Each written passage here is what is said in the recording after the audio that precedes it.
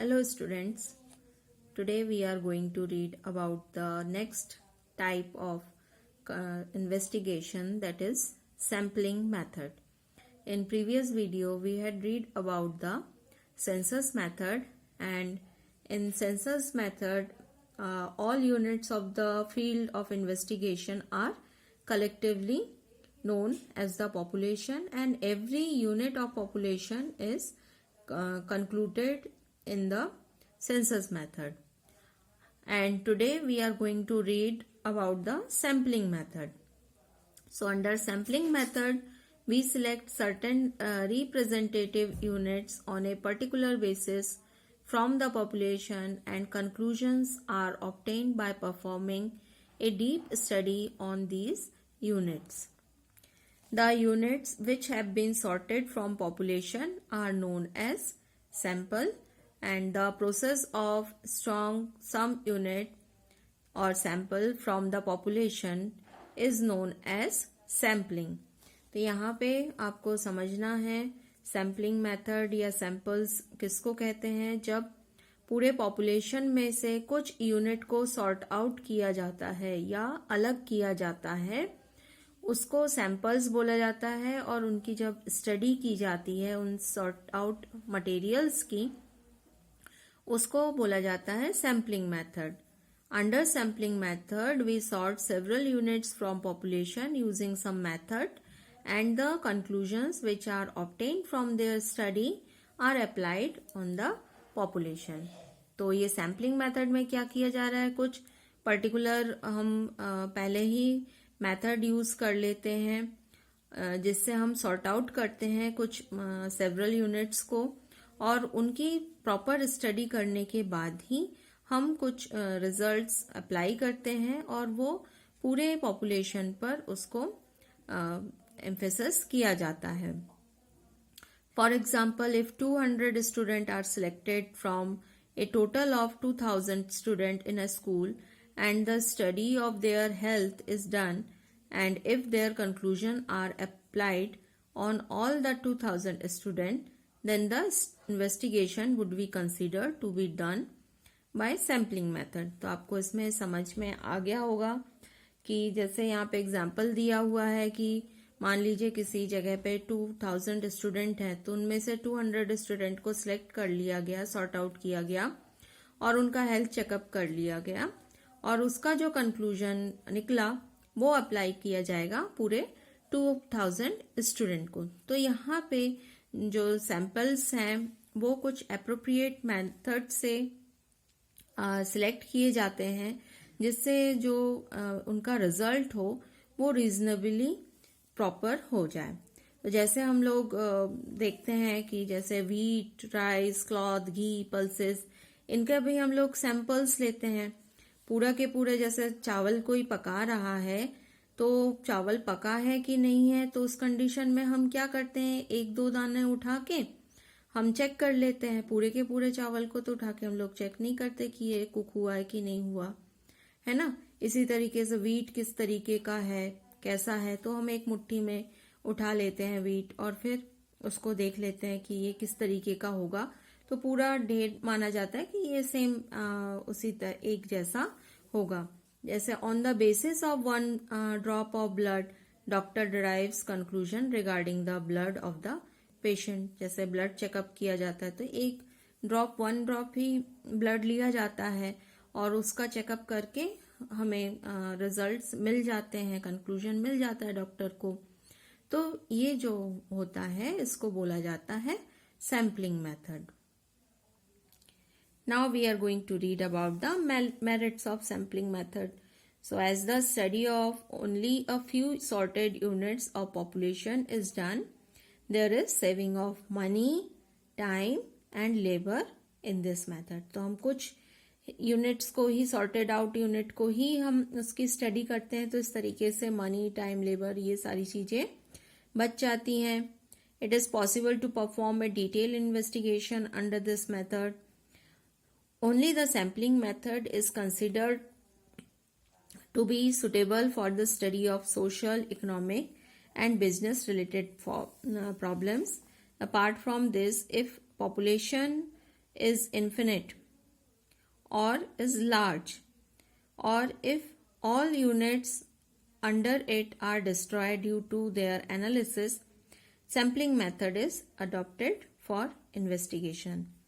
तो normally sampling method जो है social economic business related problems को सॉल्व करने के लिए किया जाता है. इसके अलावा अगर पॉपुलेशन जैसे बहुत ज़्यादा है, लार्ज पॉपुलेशन है या लार्ज क्वांटिटी में है या कोई किसी चीज़ की यूनिट डिस्ट्रॉय हो गई है, तो उस कंडीशन में सैम्पलिंग मेथड को अडॉप्ट किया जाता है इन्वेस्टिगेशन के लिए. This method is more scientific because the data available in it can be analyzed by other sample. तो other sample के साथ हम उसको analyze कर सकते हैं, उसकी comparison कर सकते हैं और फिर detail study या result हम निकाल सकते हैं. तो ये 4 हम लोग देख रहे हैं merits of sampling method. Now we are reading about the demerits of sampling method. Greater caution to needed while conducting investigation based on sampling, because even a minor fault on any level can make the conclusion elusive. तो यहाँ पे ज़रूरी है, क्योंकि हमने sampling method में यही पढ़ा कि कुछ सैंपल पॉपुलेशन में से पिक आउट कर लिए जाते हैं, सॉर्ट आउट कर लिए जाते हैं और फिर उनकी स्टडी की जाती है. तो यहाँ पे बहुत प्रिकॉशंस रखने की ज़रूरत है. अगर छोटा सा भी माइनर फॉल्ट भी होता है तो जो भी कंक्लूजन है वो गलत आ सकता है. Only expert can use this method. Conclusion obtained by this method can be correct only when the selection of sample has been done in the correct manner and fully represent the population.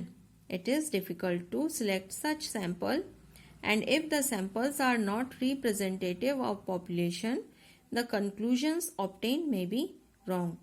तो जब भी sample sort out किया जा रहा हो उस समय correct manner से उसे सिलेक्ट करना चाहिए, सॉर्ट आउट करना चाहिए. अगर सैंपल हमने ऐसा नहीं चुना जो पूरे पॉपुलेशन को रिप्रेजेंट करता हो, तो हमारा जो आंसर है या कंक्लूजन है वो रॉन्ग आ सकता है. Next topic is major elements of sampling. First one is representative. तो जो भी हम सैंपल कलेक्ट कर रहे हैं वो हमारे पॉपुलेशन को पूरी तरह से रिप्रेजेंट करने वाला होना चाहिए.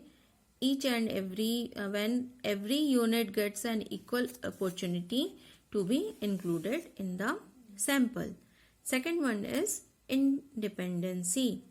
It is essential for all the units of population to be independent. Inclusion of one unit in the sample should not be depend on other unit. तो independent होना चाहिए. Next, homogeneity. ये बहुत ज़रूरी है कि जो भी सैंपल्स कलेक्ट किए जा रहे हैं पॉपुलेशन के लिए वो होमोजीनियस होने चाहिए, यानी एक से होने चाहिए. अबंडेंट यानी काफ़ी सारे. तो more and more unit should be included in a sample, only then the conclusion obtained would be more accurate. तो जो भी हम यूनिट सॉर्ट आउट कर रहे हैं वो इस तरीके से हमें लेने चाहिए कि वो सही तरीके से हमें कंक्लूजन प्रोवाइड कर सकें. तो इस तरीके से हम देख रहे हैं major element of sampling. They are representative, independency, homogeneity and abundance. Let's read about the objectives of sampling. First one is inspection of the accuracy of census method. तो इससे क्या हो रहा है कि सेंसस मेथड से जो कैलकुलेशन निकला हुआ है उसको वो कितना एक्यूरेट है वो हम सैम्पलिंग मेथड के थ्रू चेक कर सकते हैं. Next one is estimation of parameter of population. तो हम इससे क्या कर सकते हैं, हम एक पैरामीटर फिक्स आउट कर सकते हैं. Inspection of relevance. Inspection of relevance of difference between population and sample is also an objective of sample. Inspection of hypothesis is also done by sampling. तो इंस्पेक्शन भी हो जाता है कि किस तरीके से हमने सैम्पलिंग की हुई है वो प्रॉपर है या नहीं, उस ऑब्जेक्ट को हमारे ऑब्जेक्ट को रिलेवेंट कर रहे हैं कि नहीं. Next is continuous process.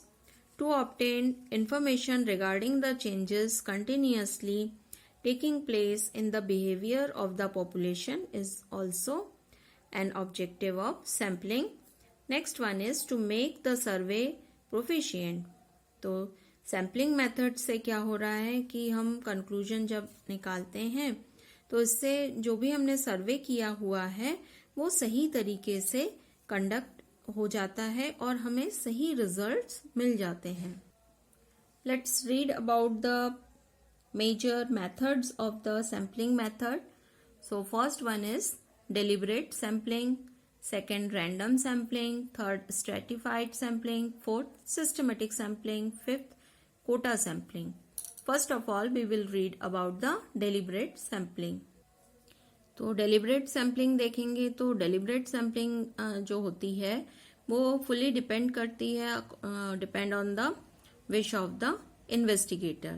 तो इन्वेस्टिगेटर क्या चाह रहा है, किस यूनिट को लेना चाह रहा है, किसको इग्नोर करना चाह रहा है, ये सारा कुछ डिपेंड कर रहा है इन्वेस्टिगेटर के ऊपर. वो अपने मन से कुछ भी यूनिट्स को चूज कर लेता है जो उस पूरे जो एंटायर पॉपुलेशन को रिप्रेजेंट करता है. तो डेलिब्रेट सैम्पलिंग में क्या हमने पढ़ा, स्पेशल फीचर क्या है कि यूनिट सिलेक्शन कैसे किया जा रहा है, डिपेंड कर रहा है कि इन्वेस्टिगेटर क्या चाह रहा है. तो इसके मेरिट्स देखें तो this method is very simple. Significant units can be included in sampling. तो जिन जिन चीजों की जरूरत होती है इन्वेस्टिगेटर खूब अच्छे से जानता है उसे किन चीजों की जरूरत है तो वो पर्टिकुलर चीजों को ले लेता है, यूनिट्स को ले लेता है. This method is considered to be useful if the number of unit is limited and when it is essential to include them. तो जब ये कब अच्छा रहता है इस मेथड से वर्क करना, जब नंबर ऑफ यूनिट जो है लिमिटेड है और उनको यूज करना एसेंशियल हो तब वो इस मेथड को यूज करते हैं. Next is demerit of deliberate sampling method. तो इसमें फर्स्ट क्या दिया है, there is a fear of partial behaviour by the investigator. तो पार्शियलिटी की यहाँ पे गुंजाइश होती है क्योंकि हमने क्या पढ़ा था कि उसके इन्वेस्टिगेटर के विश के अकॉर्डिंग ही वो यूनिट्स को चूज करता है. Second one is incorrect use of data में बी डन. तो प्रॉपर डाटा अगर यूज नहीं किया जा रहा है तो ये सही रिजल्ट इससे नहीं मिलेगा. Third one is there is no satisfactory method of evaluating the level of accuracy of the sample. तो जो भी सॉर्ट आउट किया हुआ है सैंपल वो प्रॉपर है या नहीं है ये भी हमें सेटिस्फैक्ट्री रिजल्ट कई बार इस मेथड से नहीं मिलता, यानी एक्यूरेसी नहीं मिलती है. Next type is random sampling. तो रैंडम मीन्स क्या होता है कि कहीं से भी कुछ भी चूज कर लेना, सॉर्ट आउट कर लेना. तो इस मेथड में क्या किया जाता है, units from population are sorted in such manner that there may be possibility of all type of unit being sorted as sample. Which unit will be taken and which will not taken for sampling, this decision does not depend on the discretion of the investigator. तो random sampling में क्या हो रहा है कि investigator के wishes के according units sort out नहीं की जा रही है, अपने आप सभी यूनिट्स को बराबर मौका मिल रहा है सॉर्ट आउट होने का. तो इसके तरीके देखें तो इसके तरीकों में फर्स्ट है रैंडम सैम्पलिंग के तरीकों में फर्स्ट है लॉटरी मेथड. तो लॉटरी मेथड में क्या किया जाता है कि कुछ स्लिप्स रख दी जाती हैं, जैसे under this slips of the units of aggregate are found and out of this an impartial and blind folded person और the investigator himself takes out the number of slips of the units which are needed to be included in the sample.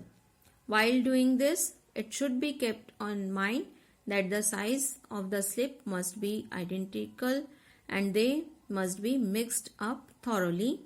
Only an impartial person should take out the slip. तो lottery method में क्या किया जा रहा है, छोटे छोटे slips बना दी जाती हैं, पर्चियां बना दी जाती है, उनको अच्छे से मिक्स किया जाता है. तो कोई इम्पार्शियल पर्सन या कोई ब्लाइंड फोल्डेड यानी आंखों पे पट्टी बांध दी जाती है, ये इन्वेस्टिगेटर खुद उसमें से स्लिप्स को निकाल लेता है जिसको उसे सॉर्ट आउट करना है. तो ये हो गया लॉटरी मेथड. नेक्स्ट जो है रोटेटिंग ऑफ द ड्रम. तो ये मेथड भी यूज किया जाता है रैंडम सैम्पलिंग में. तो उसमें भी क्या किया जाता है कि कुछ numbers identical pieces made of iron or wood which are numbered as 1, 0 to 9 and are equal in size put into a drum, and when drum is rotated by hand or with the help of electricity, then an impartial person takes these pieces out one by one from the drum and their respective number is noted down. तो इस तरीके से क्या हो जाता है कि एक पर्सन इन नंबर्स को निकाल रहा है, ड्रम घूम रहा है और उसी में से कुछ नंबर्स निकाले जा रहे हैं. तो ये रोटेटिंग द ड्रम मेथड है, इसमें भी रैंडमली सिलेक्शन होता है. Third is numerical sequence. इस मेथड में क्या किया जा रहा है, the units of population are organised in numerical और descriptive form and then every third, fifth, 10th unit is selected as per the requirement and according to the number of unit to be included in the sampling. तो यहाँ पे सभी लोगों को organise कर दिया जाता है न्यूमेरिकल वे में या डिस्क्रिप्टिव वे में, और फिर बोला जाता है कि हर एक थर्ड या फिफ्थ या 10th जो भी उनकी इच्छा हो इन्वेस्टिगेटर की उसको सॉर्ट आउट कर लिया जाता है. Next type is Tippett random number. On the basis of the population report of some countries, Tippett has prepared a table of 10,400 number having 4-5 digits which are known as Tippett random number. The first 40 numbers of the table given by the Tippett are as follows. तो ये आप देख रहे हो Tippett table है, इसमें 4 digits के number दिए हुए हैं और ये ट्रिपेट ने प्रिपेयर किया था, इसलिए इसे ट्रिपेट रैंडम कहा जाता है. तो इसमें क्या किया जाता है, according to Tippett table, if we have to select some units from population containing 3000 units, then we will select these units in the sequence given ahead. तो ये सीक्वेंस जो दिया हुआ है उसके अकॉर्डिंग हम, जैसे 3000 के लगभग यूनिट्स हैं, तो हम उनके सीक्वेंस के थ्रू सीक्वेंस देकर हम किसी भी सैंपल को कलेक्ट कर सकते हैं. Let's read about the merits of random sampling. First one is selection of unit in this method depend upon the matter of chance, therefore possibility of partiality is eliminated fully.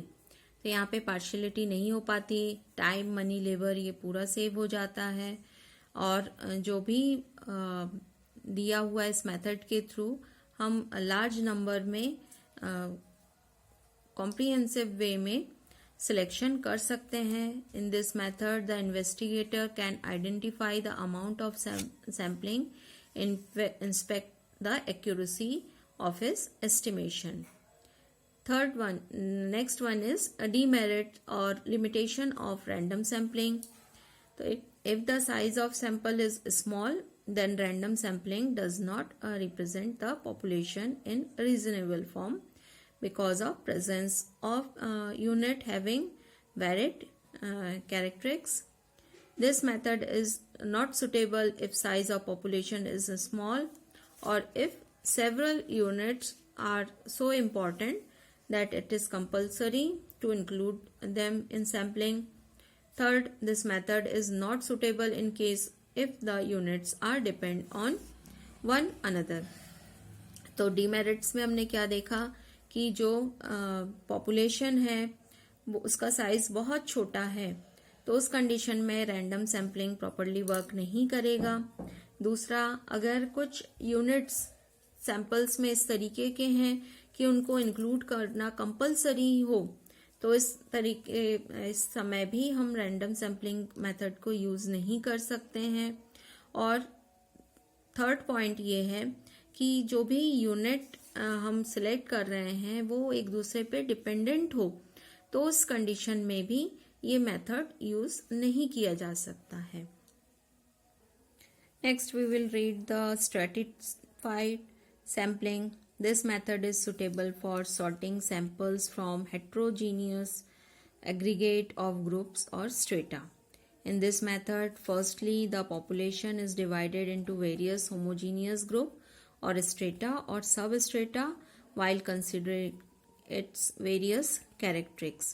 After that, units are sorted on the basis of random sampling method. तो stratified sampling में क्या किया जा रहा है कि जब group बहुत बड़ा हो और उसमें बहुत सारे डिफरेंसेस हो, तो उसमें सबसे पहले पॉपुलेशन को कुछ होमोजीनियस ग्रुप्स में, या स्ट्रेटा बोला जाता है उसको, या सब स्ट्रेटा, उसमें डिवाइड कर लिया जाता है उनके कैरेक्टरिस्टिक्स के अकॉर्डिंग, और फिर उनको सॉर्ट आउट किया जाता है जो हम लोगों ने अभी रैंडम सैम्पलिंग मेथड पढ़ा है उसके थ्रू।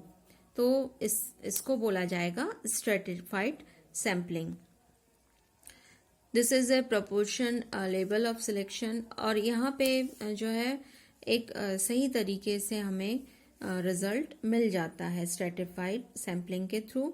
इसके मेरिट्स देखेंगे. The investigator enjoys more control of selecting sample in this method.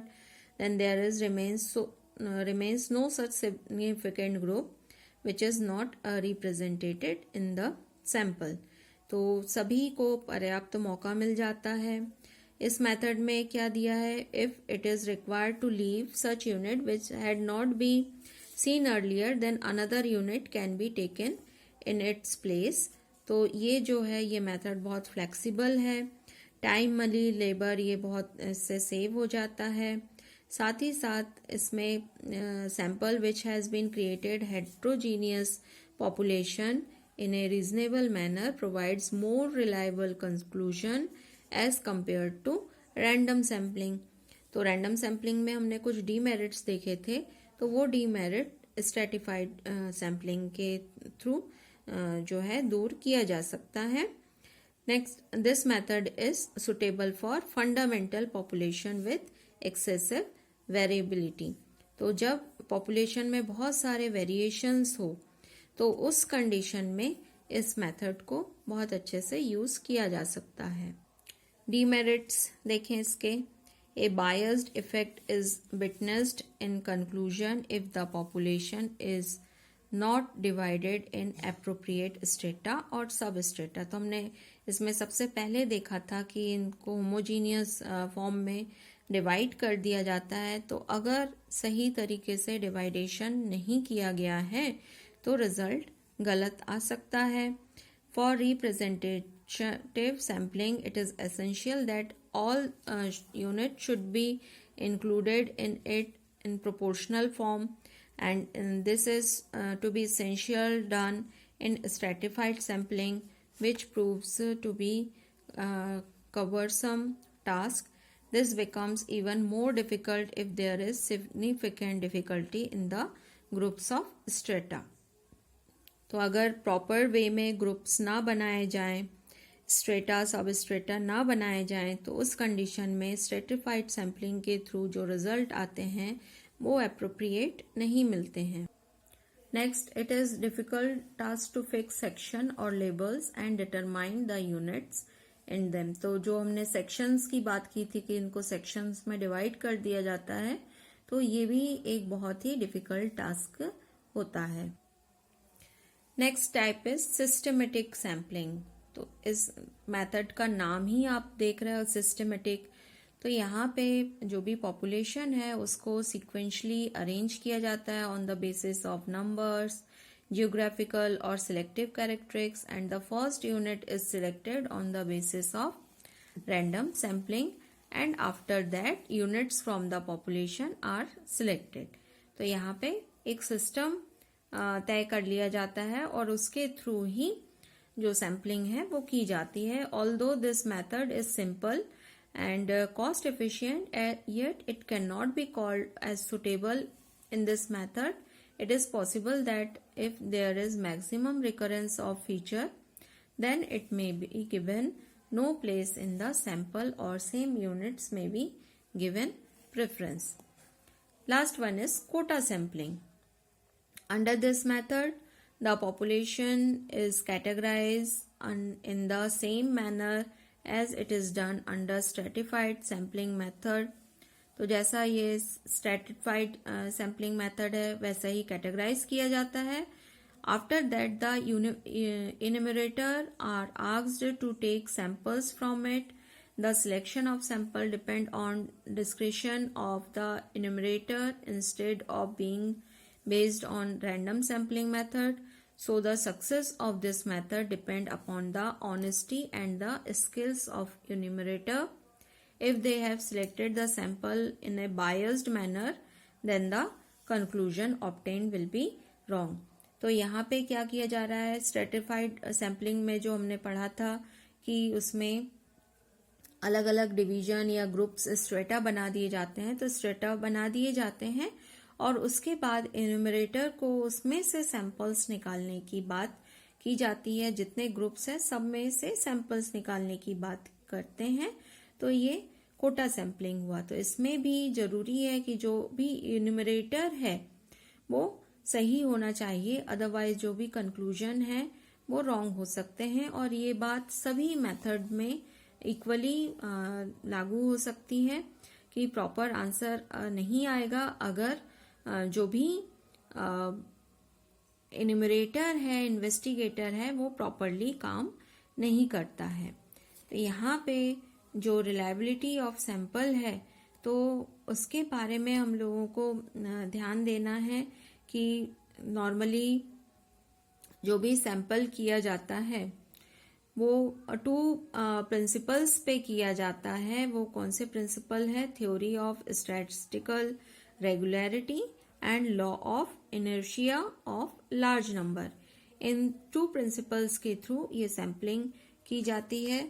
और इसमें जरूरी है कि जो भी इन्यूमरेटर है, इन्वेस्टिगेटर है, वो प्रॉपर वे में वर्कआउट करें, तभी जो भी कंक्लूजन्स निकलेंगे वो सही रिजल्ट हमें प्रोवाइड कर पाएंगे.